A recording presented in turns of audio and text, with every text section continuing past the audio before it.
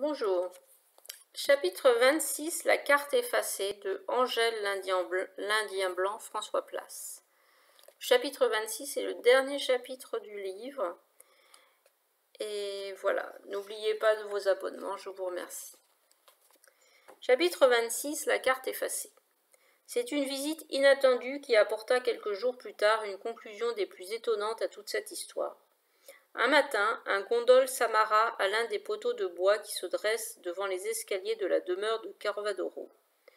J'en vis descendre Claude Voiturin lui-même. Le jeune savant restant sur le seuil, je m'avançai vers lui. Il plissa un instant les yeux avant de me reconnaître. Il faut dire que j'étais vêtu à la mode vénitienne.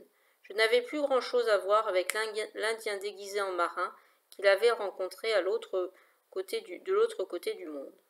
Il m'adressa un petit signe de tête et me demanda de l'annoncer. Je trouvai Corvadoro dans le jardin. Il leva un sourcil. Aucune lettre, aucune missive ne l'avait prévenu. Cela ne ressemblait pas à son jeune confrère qui avait toujours fait preuve d'une grande politesse à son égard. Ce dernier, qui me suivait de quelques pas, lui fit les salutations d'usage. « Ravi de vous revoir, monsieur, lui lança d'un ton sarcastique le maître de maison. À quoi devons-nous l'honneur de votre visite ? Monsieur Cigognier des Chauveries est mort, répondit de but en blanc Claude Voiturin. Paix à son âme, répliqua sèchement Corvadoro. J'aurais du mal à le regretter. Il m'a demandé de venir vous trouver afin de vous présenter ses excuses de vive voix. Je les aurais volontiers reçues par écrit, et j'aurais été encore davantage comblé s'il m'avait fait la grâce de bien vouloir les publier, car le tort qu'il m'a fait est considérable. Ses excuses sont sincères. Sincères ? Mais il ne souhaite pas en laisser de traces. Excuses singulières seraient plus appropriées. Pouvons-nous parler seul à seul ? Vous connaissez Angèle ? Vous vous souvenez qu'il a été pris en otage en même temps que moi ? Nous avons partagé ensemble les pires difficultés de ce voyage. Je n'ai rien à lui cacher de cet entretien. Mais je peux vous proposer de m'accompagner dans mon cabinet de travail si vous le souhaitez. Nous y serons à l'abri des oreilles indiscrètes. Je suivis les deux savants dans la volée d'escalier qui menait au dernier étage, et Claude Voiturin s'éclaircit la gorge. Je ne suis pas venu seulement pour ça. Je voudrais vous parler des esquisses que j'ai prêtées à M. Chauvry pour appuyer ses dires. Je suis au courant, il en circule des reproductions jusqu'à Venise. Fort belle, monsieur, fort réussie. Je vous félicite, j'espère que M. de Chauvry vous a remercié. Sans vous, personne n'aurait jamais cru à ces fadaises. Il vous doit beaucoup. C'est moi qui suis son débiteur. C'est uniquement grâce à son appui que j'ai pu participer à cette expédition. Vous m'aviez déjà montré la plupart de vos dessins effectués sur place, mais il y en a que je ne connaissais pas. Je crois savoir qu'on vous doit aussi quelques vues étonnantes de la fameuse Pompéi des Antipodes. Claude Voiturin toussa. Ce n'est pas ce dont je suis le plus fier. Vous avez tort, tout y est, les tours et les créneaux, les temples et les palais, tout cela pris dans des glaces d'un bleu profond que celui des faïences de Delphes. Claude Voiturin chercha brièvement un appui dans mon regard pour contenir la charge de son confrère. Je l'aimais bien, je fis un petit geste à la mode italienne et les deux mains ouvertes, comme pour constater une évidence à laquelle je ne pouvais rien. Le jeune savant tourna sur lui-même pour répondre. J'aurais dû m'en tenir à dépeindre ce que mes seuls yeux ont constaté, et cela aurait été suffisant. La vérité, rien que la vérité, mais, je l'avoue, les planches de pure imagination commandées par M. de Chauvry m'ont souvent donné plus de satisfaction que la description rigoureuse de la nature qui devrait être ma seule discipline. J'y ai vu une prolongation de notre voyage. Il y a parfois un conflit entre l'artiste et le savant. Je m'y suis si bien appliqué que je croyais visiter des châteaux de glace qui naissaient les uns après les autres sous mon pinceau. Corvadoro se leva un sourcil pour l'engager à poursuivre. Ils ont malheureusement si bien marqué les esprits, continua Voiturin, qu'il nous est devenu impossible de revenir en arrière. Tout le monde y a cru. L'Europe des savants est maintenant persuadée de l'existence de cette Pompéi des Antipodes. C'est pourquoi M. de Chauvry m'a fait jurer de ne jamais le démentir, excepté face à vous, car il regrette infiniment d'avoir perdu votre estime. Il était bien naïf s'il pensait la retrouver de cette façon. Claude Voiturin encaissa cette cinglante réplique en baissant les yeux. Mais soyez tranquille, le rassura Corvadoro. J'en ai depuis pris mon parti, et cela ne servira à rien de revenir sur ce qui a été dit. Je n'irai donc ni contre sa volonté, ni contre votre souhait de ne pas salir sa mémoire.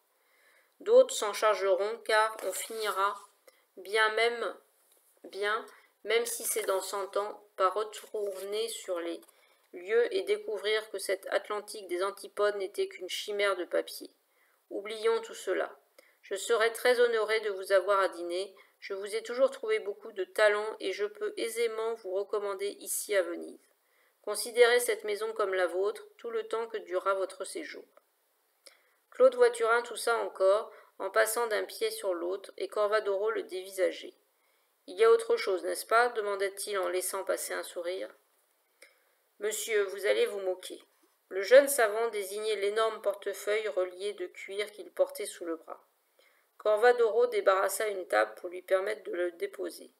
J'ai fait tous ces dessins pendant notre séjour en terre australe, dit Claude Voiturin, en dénouant les lacets qui fermaient la reliure.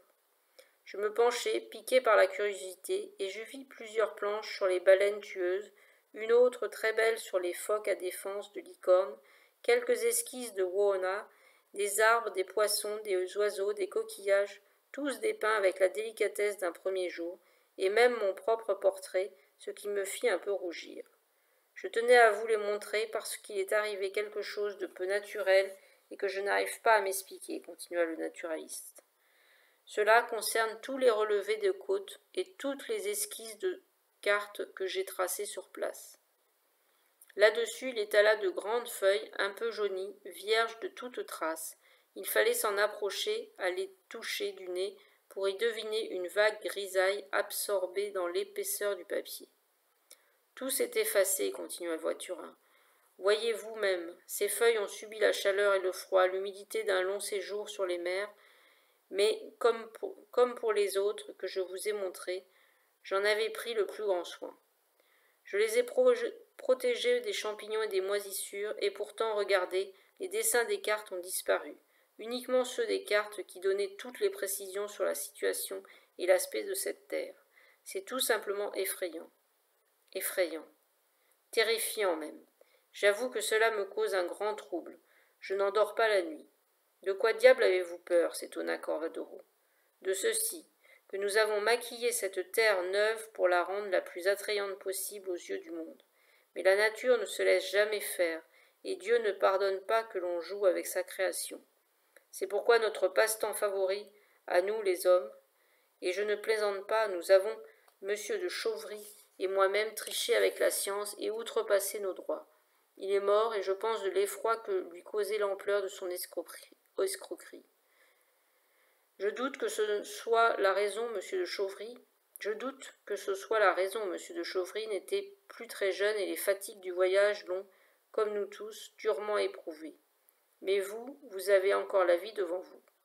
Vous ne comprenez pas, il ne reste absolument plus aucune trace de cette expédition. J'entends plus une seule trace géographique, car il est arrivé la même mésaventure à monsieur de Carteris. Ses propres relevés se sont effacés, ainsi que plusieurs pages de son carnet de bord. Mais comment va-t-il à propos? Mais très bien. Ah, vous voyez au moins que lui n'est pas mort. Cela devrait vous enlever le poids qui pèse sur votre poitrine. Cela ne s'est pas arrêté là, monsieur de Chauvry avait fait reproduire à grands frais une synthèse de toutes ces cartes, les miennes, les siennes et celles du commandant. Cela devait représenter un portrait définitif de la terre australe. Une centaine d'exemplaires ont été imprimés, et ils sont tous effacés. J'en suis désolé pour vous, mais nullement étonné. Au passage, il est bien malheureux que ni les uns ni les autres vous n'ayez voulu consulter, car vous auriez eu la réponse à ce mystère. Je vous ai proposé de rester à dîner, me ferez-vous ce plaisir? J'attendais que Claude Voiturin pose une question, mais il était malheureusement trop poli pour insister, ou alors contrarié à l'idée de quémander une réponse. Je lui en voulais sur le moment, car personnellement je brûlais de savoir ce que voulait dire Corvadoro. Comment pouvait-il connaître la réponse à un pareil mystère? Je le connaissais suffisamment pour savoir que son invitation à dîner clôturerait cet entretien et que c'était sans appel. Il invita pour l'occasion plusieurs de ses amis et honora sa promesse, car il s'employa pendant tout le dîner à tresser les éloges du jeune naturaliste. Il vanta son sens de l'observation, la justesse de ses tracés, son intelligence des couleurs et des nuances, et plus encore la connaissance intime qu'il avait de la structure des plantes et des minéraux, sans parler de l'anatomie des animaux. Après le dîner, il présenta lui-même quelques feuillets dessinés par Voiturin sur la faune et la flore qui levèrent des cris d'admiration. Les convives en voulaient plus. L'un d'entre eux demanda des images de cette désormais fameuse cité prise sous la glace. Le jeune savant gêné s'excusa de ne pas avoir apporté d'images de la Pompéi des antipodes, mais pressé de questions, il accepta d'en raconter quelques traits saillants.